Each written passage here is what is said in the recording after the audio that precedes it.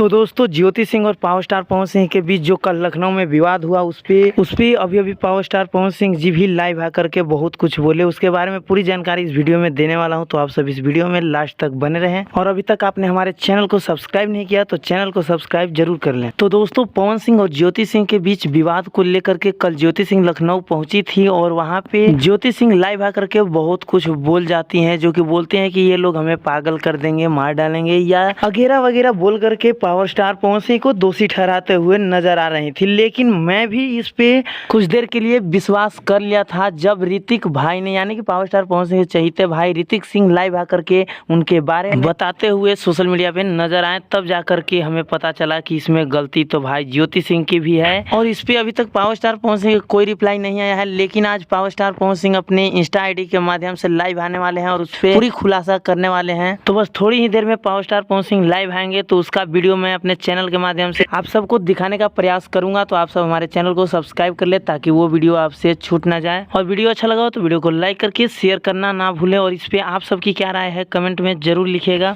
धन्यवाद दोस्तों, मिलते हैं नेक्स्ट वीडियो के साथ।